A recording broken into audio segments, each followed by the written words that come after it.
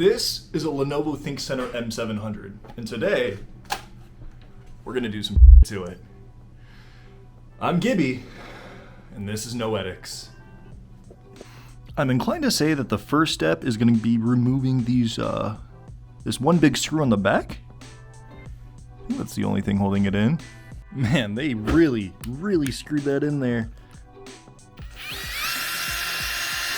With it taken apart, we can see that I only needed to remove one screw, and I actually removed the USB-C adapter here as well. Super cool of me. And then on the other side, we have access to our SODIMM as well as our M.2, and I already scraped away a few of it, but as you can tell, there is definitely some soot in there. I don't know where that came from, and I should definitely be touching it with my bare hands. But yeah, let's go with that. I don't want that RAM though. We're gonna take that out because my buddy was willing to provide me some of this stuff, some Goldie Key 16 gigabytes. So we're actually gonna upgrade the original 16 to a full 32 gigabytes of RAM. So let me go ahead and get that in. And that's gonna be upgrade number 1. Now for the M.2. You guys are probably used to seeing M.2 storage, you know, being an upgrade. Because this thing only comes up with 512 gigabytes of SSD. So why not add another 512 of M.2? Well, that's because I have something way worse in mind. We're gonna go ahead and add an M.2 to PCIe. We'll see how this goes. I am, however, gonna go put the top back on because I actually don't need access to this side at all. Now, a reasonable person would say, hey, why do you need a PCIe lane instead of an M.2? And that's because I want to run an external GPU. My buddy also gave me 2 Quadros to run. I'm only going to attach one to this, but we'll see if it even turns on. I don't know. This is all for the bit. And now it's placed to my server rack, so that's where that lives forever. Now we don't need one Ethernet cable. We need 2 Ethernet cables. And why may shock you. This power brick's a frickin' shonker, bro. Okay, let's get it plugged in. I shit you not. They sent me the wrong cable. The square hole does not fit in the semicircle hole. Everyone knows this. Thankfully, I'm a nerd, and I got my own. Do you turn on? I think it turns on. That's cool. But like, how am I gonna see anything? You can't see anything without it, without a monitor. You need a monitor and a keyboard and KVM. So I didn't plan on using a USB-C because I didn't think this ThinkCentre came with a USB-C, but it does. So I'm gonna use that for the Comet here. Shout out to Short Circuit for putting me onto that real quick. What it doesn't support though is it only does HDMI, and the ThinkCentre only does DisplayPort. So I did have to buy my own cable for that, which I'm going to install right now. This is a hard disk drive. Specifically,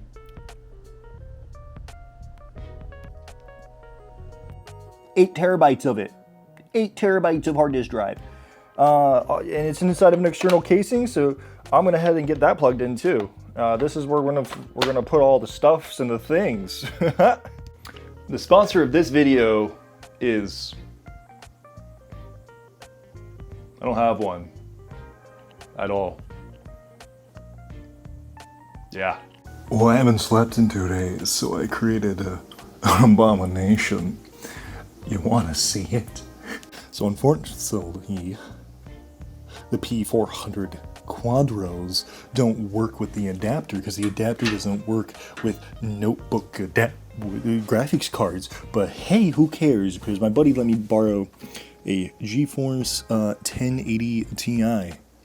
So that's pretty cool. But it also just doesn't work. And it's sitting on a PSU and a bin so that the cable could read. It's awful. Don't do this to a mini PC. Why?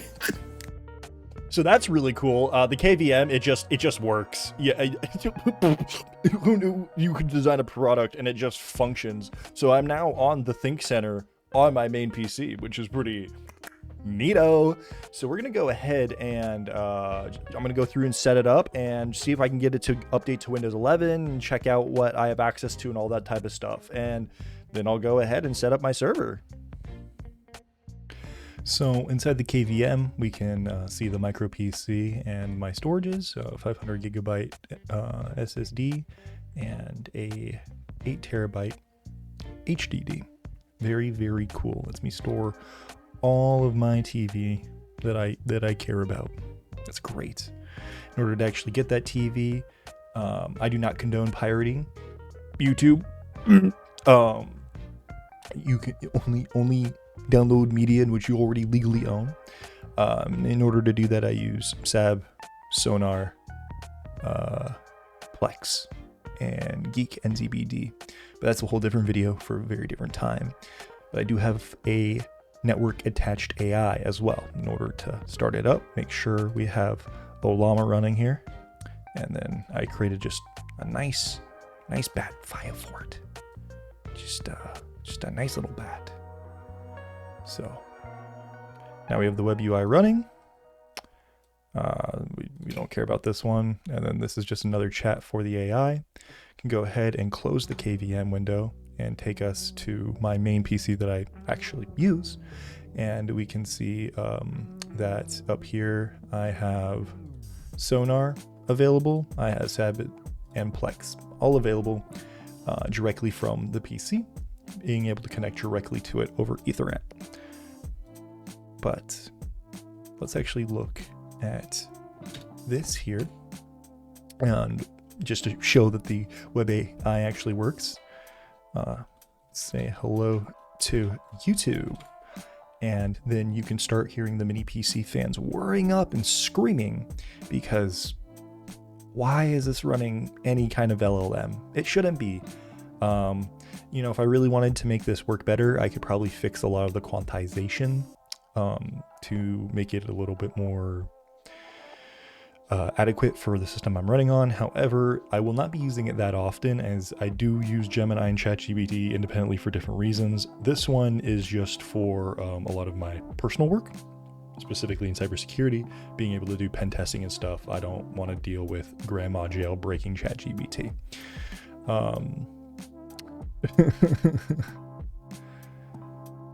Here's some content that Mistral is recommending. Crash Course, Vsauce, TED-Ed, Kurzgesagt, can't, in a nutshell, and Minute Earth. So, you know, give those a check out, thanks to Mistral 7B here. The 7B stands for 7 billion parameters, because I did want to use a lightweight model, which is considered under 10 billion parameters. But really that kind of completes the concept of this build, and it does everything I need it to do. It's pretty awesome. So yeah, shout out to me. This is the part where I say, if you're interested in what I do here, you should subscribe. You should like and subscribe and turn on the bell notification icon and comment and give me a like and subscribe. It's been a couple days since I slept. I've been working on this project for a couple days. It shouldn't have taken me a couple days. I just really wanted the GPU to work so bad. I don't know what's causing it. Everything that I have seen in documentation says that I should be able to get a by 16 out of an M.2, even though it's only a by 8. You know, sadly, the converter did say that the Quadros didn't work, but it did say a 1080 Ti should have worked, and it still didn't. So maybe it's another Amazon dead on arrival product. Those are famous. Yeah, I'm just gonna go now. Thanks so much for watching. Yeah, that's the stuff.